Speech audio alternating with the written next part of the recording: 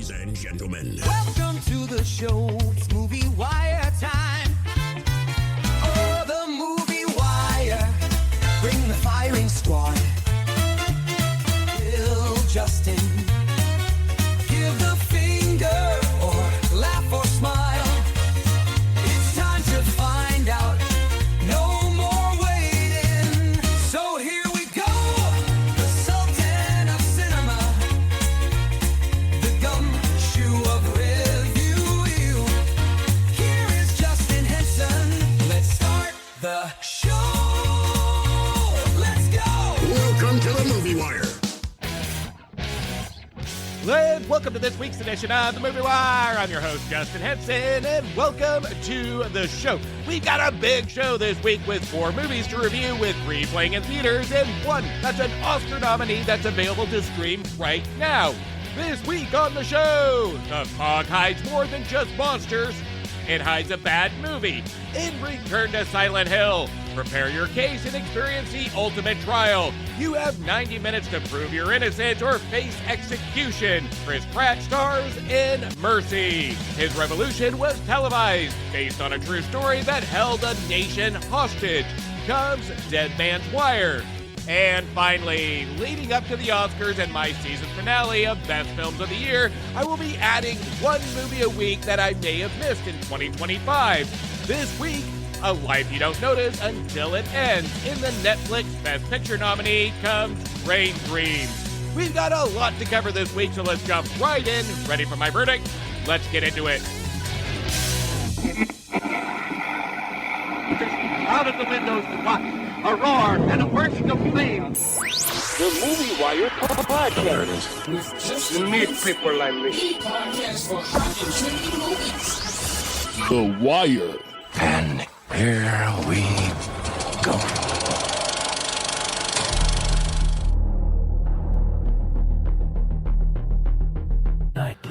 In the near future, a detective stands on trial accused of murdering his wife. He has 90 minutes to prove his innocence to the advanced AI judge he once championed before it determines his fate. Chris Pratt stars in Mercy.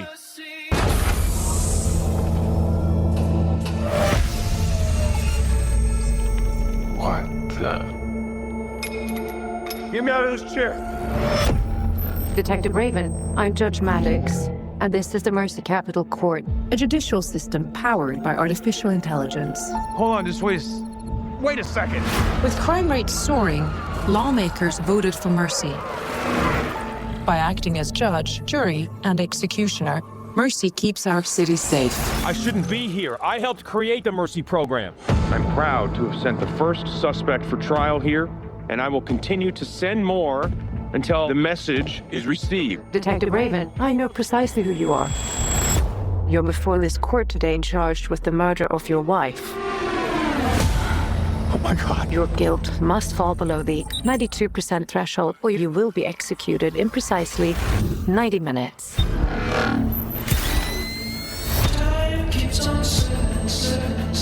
I loved my wife. I didn't hurt her. Detective Raven, the city's municipal cloud is at your disposal. Every camera, cell phone, and database. You must gather evidence to exonerate yourself. If you are innocent, prove it. I need to find out who killed my wife. It's a classic crime of passion, Chris, and it all points right at you. You don't get the Mercy trial unless you're guilty. I didn't hurt Mom, I swear to God.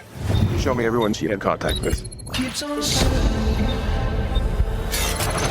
She was seeing someone. How's my guilt looking now? It has risen to 98%. You just provided me with a strong motive of why you murdered her.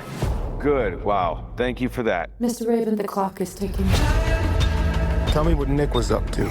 She was stressed about work. She said some chemicals went missing. The estimated street value would be in excess of $16 million. Do you honestly think that I killed my wife? Or were you just programmed wrong? I need to walk the scene. No, I have something here. This is a terrorist's handbook. Get out. Get out of there. Mr. Raven, you're running out of time. Chris, what are you gonna do? There's a bomb in that trunk. It's heading downtown. This was never about my wife. This was about me And you. Get me out of here!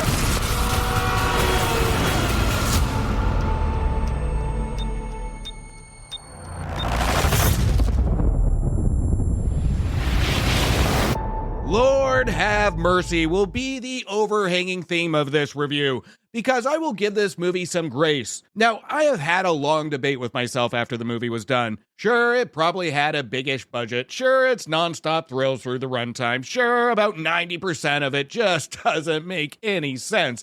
And sure, the concept is decent enough. But when the holes in the story and complete holes in the plot present itself one after another to the point I thought a sixth grader wrote the script. And after the movie was done, I thought to myself, what other movie gives the viewer, the audience member, the experience of having a three-way staring contest between Chris Pratt and AI character played by Rebecca Ferguson? And even more so, always have the viewer win.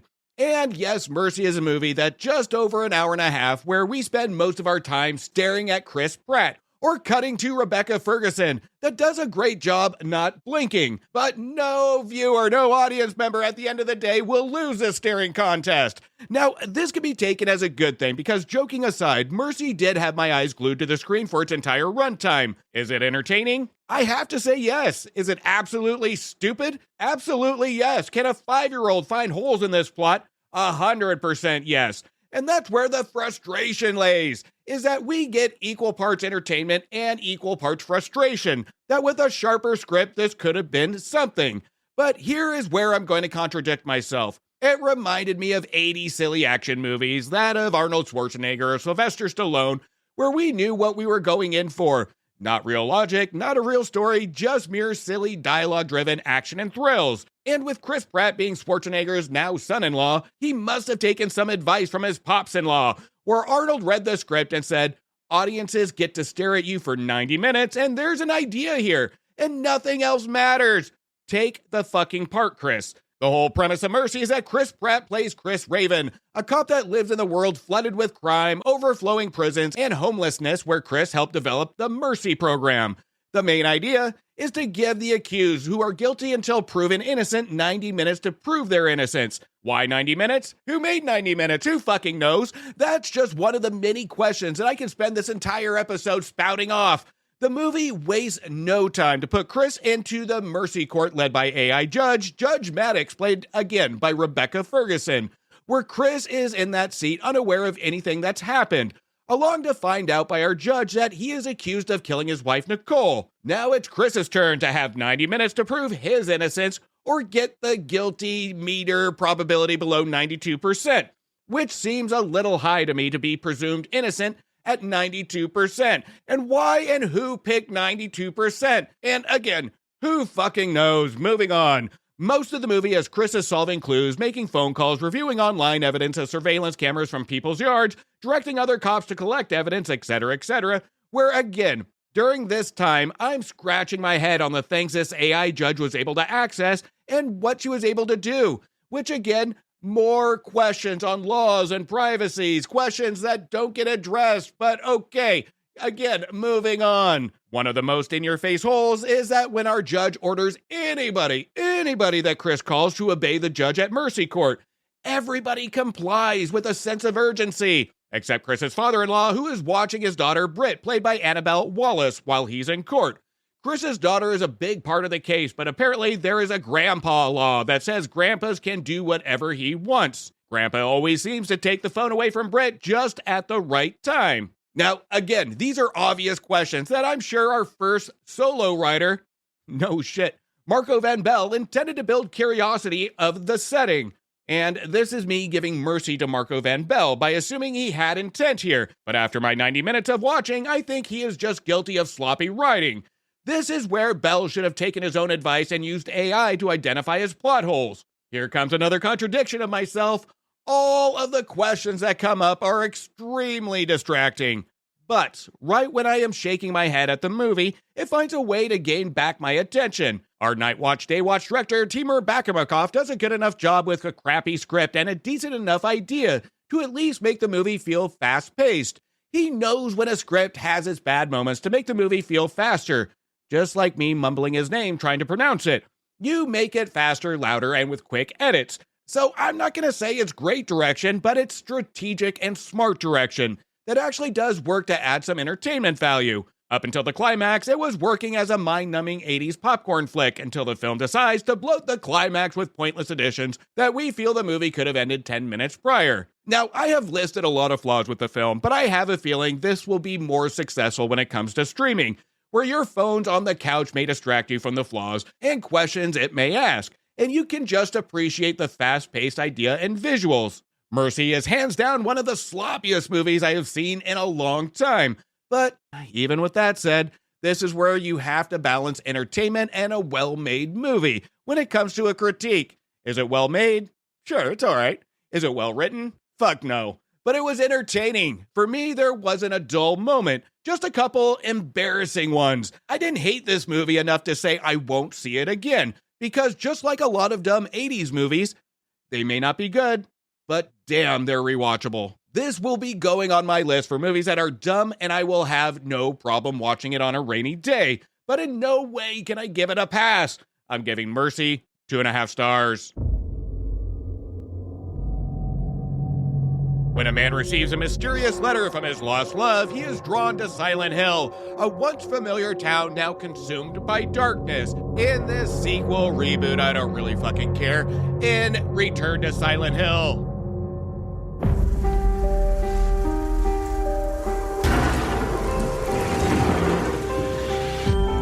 James, so much time has passed, but I'm asking to please come back to our special place.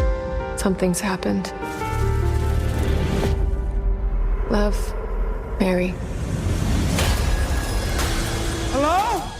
Can anyone hear me? Everyone got sick in Silent Hill. Something's happened here. Something really, really bad.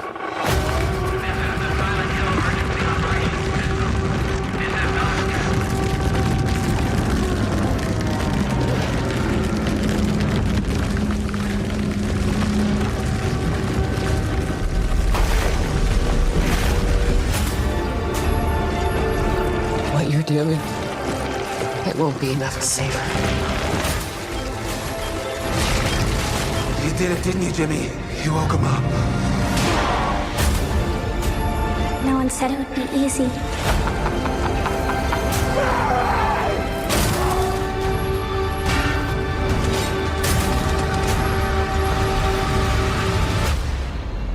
I'm here. I'll always be here.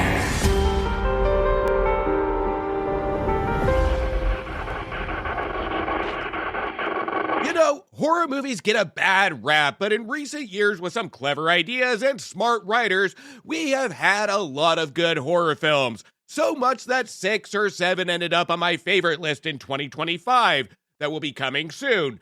But then we have Return to Silent Hill that bursts in the beginning of the year saying, okay, 2026, last year was a good year for horror, but not this year, not on my watch. If you think I can't go beyond bad, hold my beer.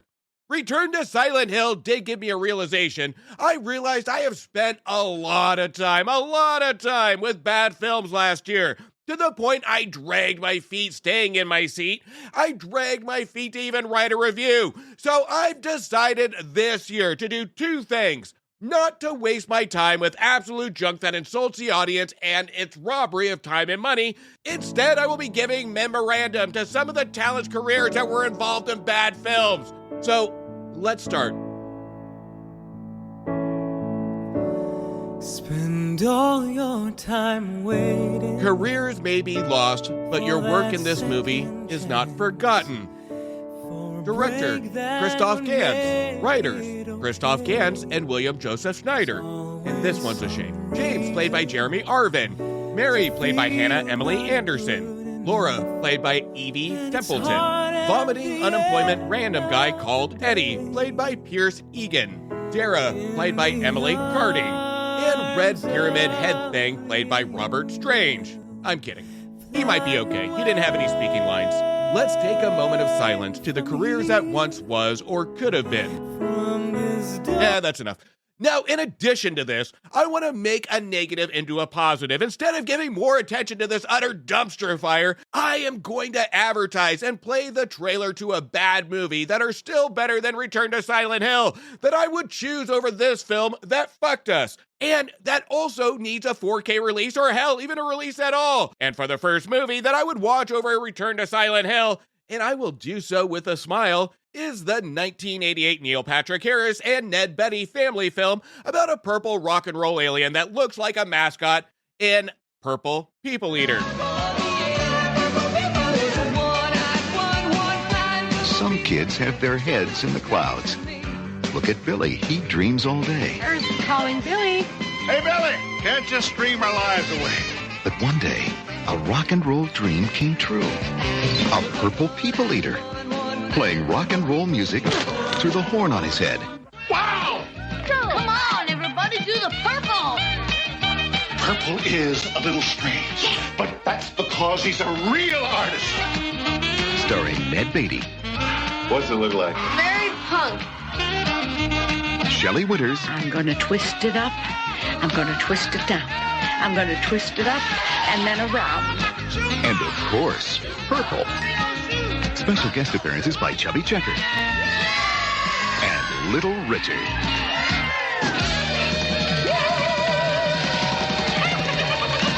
Purple People Eater.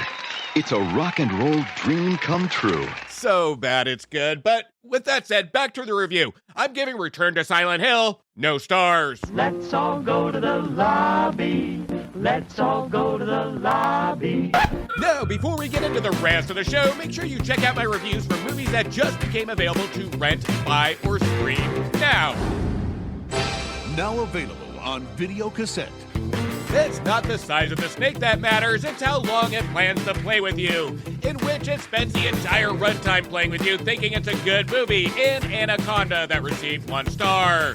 They're back with a twist, and the biggest twist is that it surpasses the original film in Zootopia 2 that received 3.5 stars.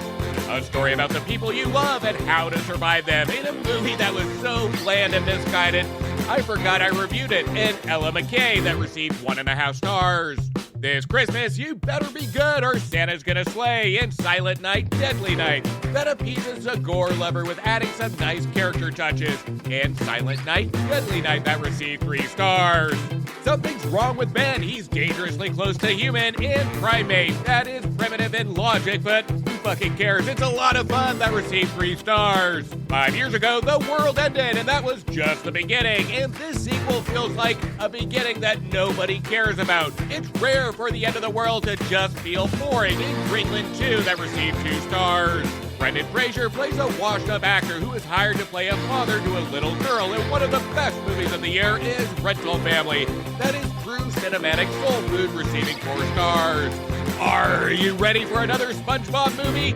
You should be for the SpongeBob movie Search for SquarePants. That surprised me with the amount of heart a SpongeBob movie can have to receive 3 stars. Inspired by a legend, bound by a dream. Our filmmakers may have had a dream, but it definitely didn't inspire in Song Sung Blue that received 2 stars. First Hunt, Last Chance, and Predator Badlands, which was a fun addition to the lore without showing us all the cards quite yet, receiving 3 stars. But for the love of God, no more PG-13 Predator movies.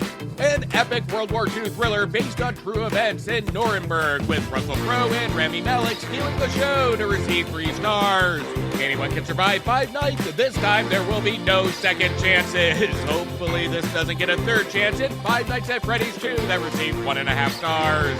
You can only choose one in eternity. That is a true journey of self-reflection and takes a viewer on a journey with it, receiving 3.5 stars. Unlock the illusion that we really needed a sequel to this, and Now You See Me, Now You Don't that received 2 stars.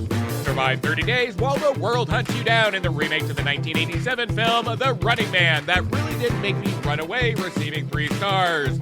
I still fucking hate Glenn Powell. When they took his family, he took revenge to Sisu Road to Revenge. That is just as good as the first, if not a little better, receiving 3.5 stars. Worlds will collide, and there's no going back in Ron Aries that had enough entertainment value versus disappointment to receive 3 stars. forgotten but not gone in the tragic true story of a Broadway legend, Lawrence Hart, that will fill a Broadway third with a fantastic performance from Ethan Hawke in Blue Moon that received 3.5 stars. And finally, some search for battle, others are born into it in One Battle After Another, which is a prime example of all filmmaking elements working together in unison to receive 4 stars. You can check out those reviews on my previous episodes, and while you do, don't forget to hit follow or subscribe, and please don't forget to leave me a review on Apple Podcasts or Spotify. Now, before we get into the last set of reviews, there is a podcast that I absolutely love, and it's with my favorite Wilson family. That's the Super Familiar with the Wilsons podcast. Make sure to follow and subscribe. The link to that show will be in the description of this episode. But let's hear from the Wilsons over at the Super Familiar with the Wilsons podcast now. The Super Familiar with the Wilsons podcast. You know that family whose house you hung out in when you were a kid? The house was a little loud and chaotic, but always fun, and sometimes felt more home than home. Well, that's us. We're the Wilsons, and we welcome you into our podcast with silly chat, ridiculous games, and interviews with interesting people. Like a spin doctor. The Super Familiar with the Wilsons podcast. Welcome home.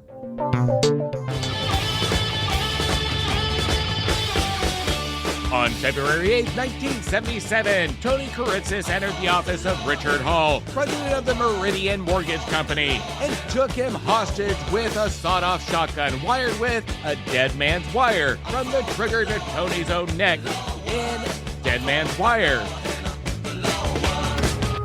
What are you here in Indianapolis? It is Tuesday, February 8th. I'm DJ Fred Temple. I thank you for listening. Mr. Temple, sir, you have a caller? I have dinner in 30 minutes is what I have. That Tony Kuritzis fella's on the line and he's asking to speak to you. The guy with the shotgun in the man's neck. You should open with that shit, James. Bedtime's coming and I reap what I done sow. Hello, Mr. Kuritzis. It's an honor, Fred. What's on your mind, brother? This loan company's done me wrong. They set me up and schemed to ruin my life. Well, let me tell you something. I'm not a rich man. I'm a poor man, and that never bothered me. I'm a man that's fighting for everything that he owns, sir. So what's your plan, Tony, huh? What's next? This is a dead man's wire. If anybody yanks on me or yanks on that gun, he'll die. Listen, Tony, you've made your point. I want a formal apology from Meridian Mortgage. I want financial compensation for all the money I would have had, and I want to walk out of here a free man. You want some milk? Sure thing, Tony. You like ice in your milk? No ice, Tony. Good, because I don't remember if I filled the trade this morning was a whirlwind. Now, Tony, a lot of worried folk out here. This is unbelievable. Okay, Dad, if you wanted to take a moment to apologize, I think it would expedite this release process. I'm not going to admit guilt to something I didn't do. Just apologize for what you did. Just apologize. No, Tony, no. Stay strong, Richard. Hello? Some sick, twisted people in this world. I hear you, Tony. But holding on to anger is like drinking poison and expecting the other person to die. He's a goddamn hero is what he is. Finally, somebody has the balls to stand up to these parasites. I'm not going to be humiliated by anyone. The whole world is going to know the truth. I'm a man of the people. I know the people. He's a good man. He's out of control. The real shit show.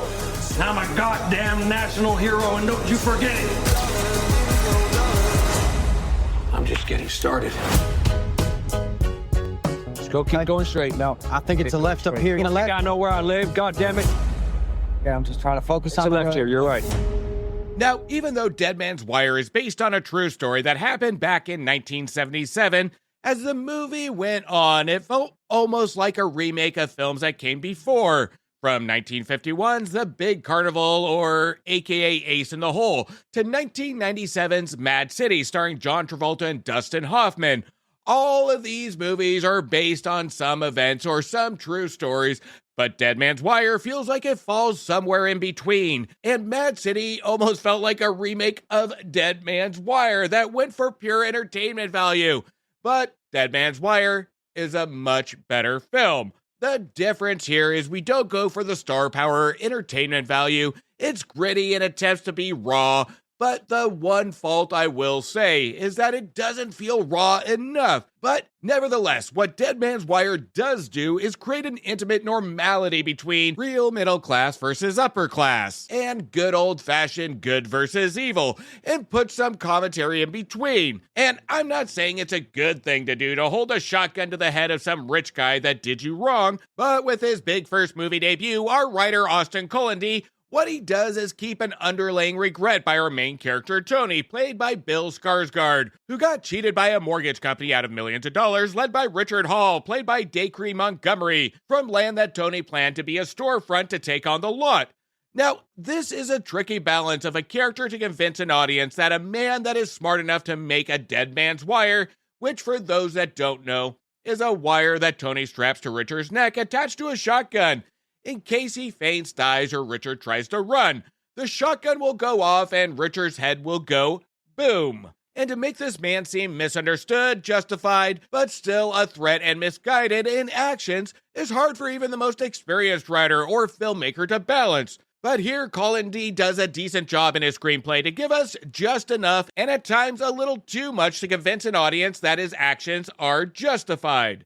But that also goes into one of the points of the movie when it comes to the media, is it's all about the presentation and the edits. Sadly, the movie proves points that even back then and to even today, the news was about ratings with the facts that are juicy enough that just come to the forefront to suck people in. Now, which goes back to the good versus evil on what is good versus evil. Is it the actions of our characters or is it what the news is telling us?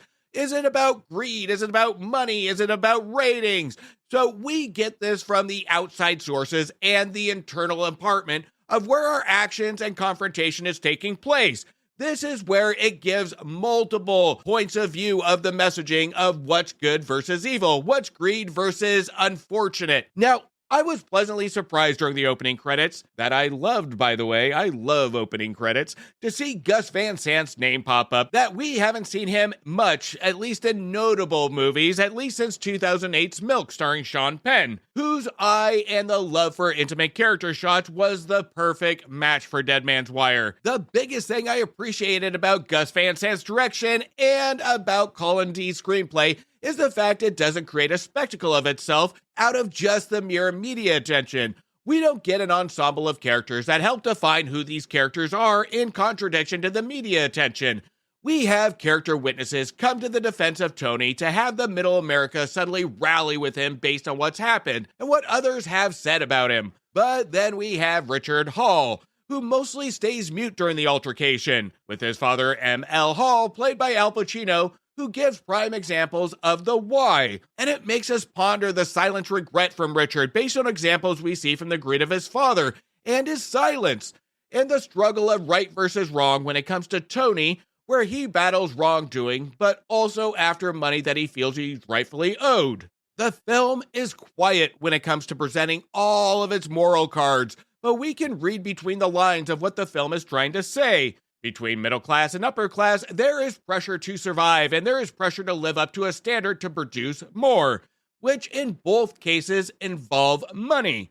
There is a line of dialogue delivered by Al Pacino in regards to his son, where Pacino is watching his son on TV, where he comments on Tony crying while he's holding a shotgun to Richard's head, and Pacino states in an intimate shot, saying, "Look at that. You have the man with the gun crying all over the camera, and look at my son. Not a tear in his eyes, and he has the gun to his head." And we get an intimate shot of Richard that eyes are just dead. It's complacent, but we can see a struggle, a moral dilemma in his eyes. This delivery of dialogue by Pacino speaks miles to what Colandy's screenplay is trying to say, is the fact that pressure is such a vast human interpretation. And whether you're rich or poor, good versus evil, there's always a background. And in this case, mutual regret on actions or regret on handling moral situations. Now, let's be real. Nobody's going to side with the evil corporation. Nobody's going to side with the greedy. But we do get a looking glass into how these characters are presenting themselves morally. Now, we do get the moments of news reporting, as we should, but it's not as upfront and center as we've seen from films past. but inserted to prove the film's character moral points. We have a reporter, Linda Page, played by Mahala, that's out to paint a true picture of the events of who the man is, and not just what's happening. And it's her against the mob seeking spectacle. But we don't get any spectacle of news reporters fighting. We don't get any drama along these aspects, which I appreciate to focus on the messaging and the characters at hand. We also have another media outlet, DJ Fred Temple, played by a fantastic performance by Coleman Domingo, who plays almost as a middleman to get Tony to negotiate, or Fred wants to manipulate, if you will, but more against his will. Now, the chemistry between Tony and Fred, this is a chemistry that I wish we got more of, because not only does Fred Temple play like the character to kind of fill in the blanks, but it also feels like at this point there are too many characters that try to make this messaging relevant, and it leads to pacing issues in the second act, where the movie plays like a subtle movie but with chaotic situations. And that isn't a bad strategy when it comes to the events that unfolded that would have met this description. But the danger is having an overhanging chemistry or intrigue with two characters with good performances, is that we thirst for more. And a DJ acting almost as a negotiator with Tony putting his trust with Fred would lead to a higher moral stakes and messaging by the time we reach the climax. Because the way we handle these characters are by subtle looks and subtle reactions. There's no real depth to the side characters on what they're thinking. And again, we can fill in the blanks, but this is where the movie kind of misses, is that it relies too heavily to fill in on the moral blanks and lets the viewer take in the interpretation. Dead Man's Wire not only tries to balance a lot of characters, but it also has a fantastic cast that entices the viewer to want more from these characters. It's almost a double-edged sword, where we can see the messaging, we can read between the lines, but with such good performances and a great cast, we almost want this cast to read us a bedtime story and fill in the blanks for us. But that's nothing against the movie. That is a negative positive. Dead Man's Wire does a great job on not making it a spectacle of itself with cheap media commentary, but gives us just enough of everything to keep us entertained. And with a sharp screenplay by Collandi, gives us just enough substance of messaging to think about during the in-between the spectacle moments. I'm giving Dead Man's Wire 3 stars. I've seen a grizzly big as a house. Based on Dennis Johnson's beloved novella, Train Dreams is the moving portrait of Robert Granier, a logger and railroad worker who leads a life of unexpected depth and beauty in the rapidly changing America of the early 20th century. In the Netflix original, and now an Oscar nominee, comes Train Dreams. Lately I've been having dreams, crazy dreams. Beautiful, ain't it? What is?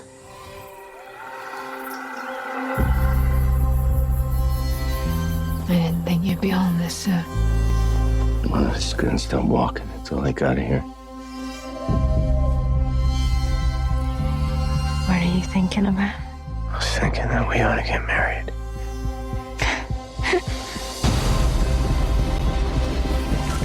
This is rough work, gentlemen. Not just on the body. We just cut down trees that have been here for 500 years.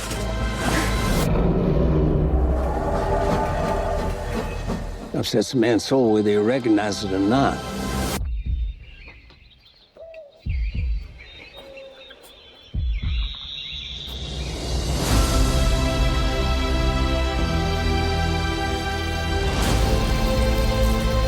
You think that she knows that I'm her daddy?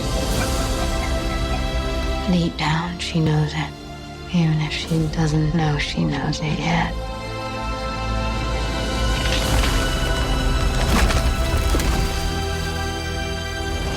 In the forest, every least thing's important. It's all threaded together. So you can't tell where one thing ends and another begins. Do you think bad things that we do follow us through life? I don't know. I've seen bad men raised up and good men brought to the knees.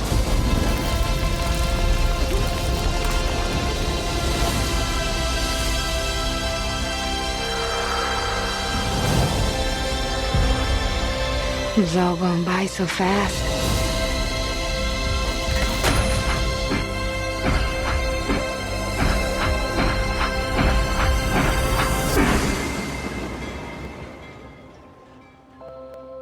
beautiful, ain't it?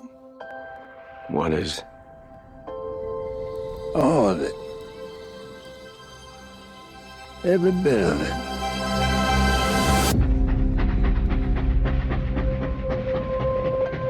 Train Dreams is like walking through a museum and seeing old photos. As we stare at those photos, we either think back to what that life must have been like, or we paint a story about that picture in our heads. Whether that's the charm of it being shot in the 3:2 ratio and or the movie, utilizing all natural light to give us an authentic feeling of the time. Directed and adapted from the novella by Dennis Johnson, Clint Bentley alongside writer from last year's Sing Sing, Greg Queter, create a story that is just as subtle as it is beautiful, about the journey of a man that doesn't reflect on his journey until the end of his journey, where the common rule in human nature is that we work to live, we work to raise others to live.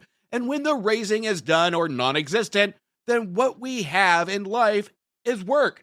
But what we are missing on our journey is appreciation for the world around us. Train Dreams takes place between 1917 all the way up to 1968, where we have Robert, played by Joe Edgerton, who would ride the train to a job that would keep him away from his family months out of the year, just so he can collect money to support his family. His wife Gladys, played by Felicia Jones, and their young daughter. Now, as Robert is on the job, this adapted screenplay plays life lessons right in front of Robert's eyes. From executions based on race to revenge to dangers of the job, life can end at any moment. Sadly, just for the race you are, or a bad decision you made, old age, or just mere acts of God. When deaths are had in Train Dreams, emotion is thin. It's a hard life, and on the outside, the work needs to get done.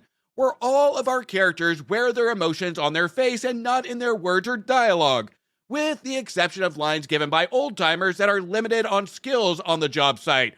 Arn Peebles, who is handy with explosives, played by William H. Macy, and Mr. Sears, played by John Patrick Laurie, where Robert gets words of wisdom from both and realization of their life experiences. Where, again, Robert, just like the other characters, wears his emotions on his face, and we can feel him think about the stories from our two old-timers that play almost like guardian angels that were sent to send Robert on the right path of what's important in life.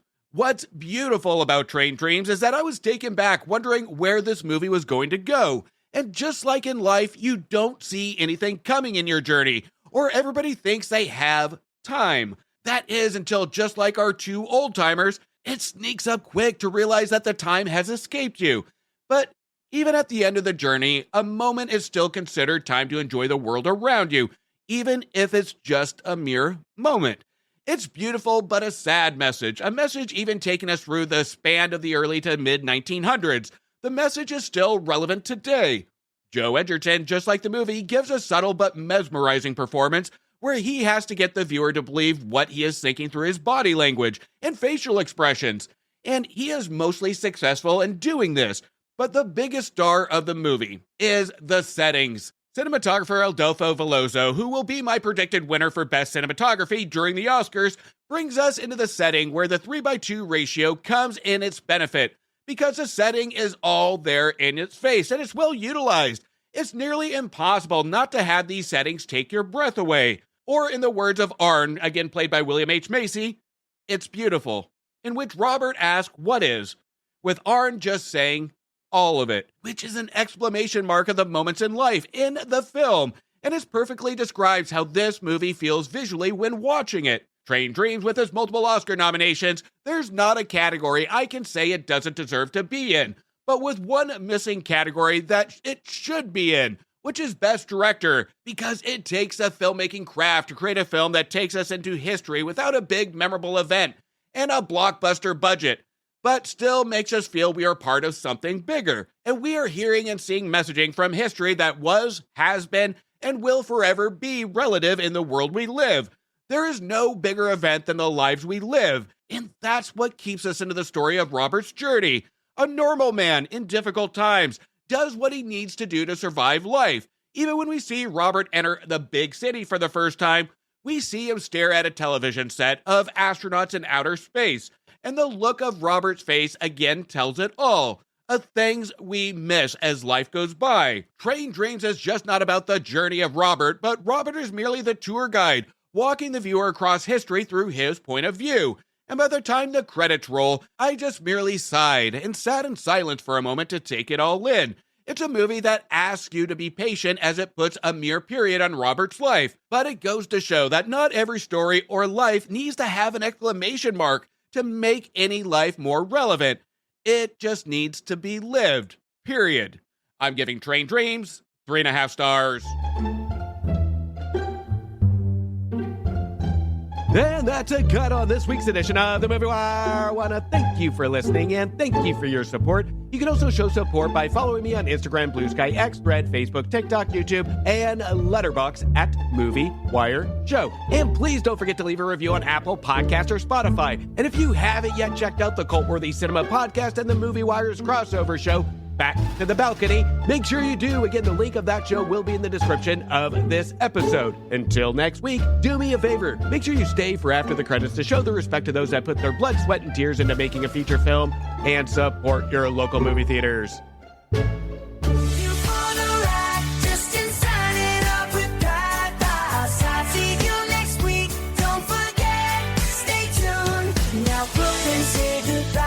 Thank you for bringing me to the movies. Let the credits roll. We say farewell. Join us next time. We'll have more tales to tell.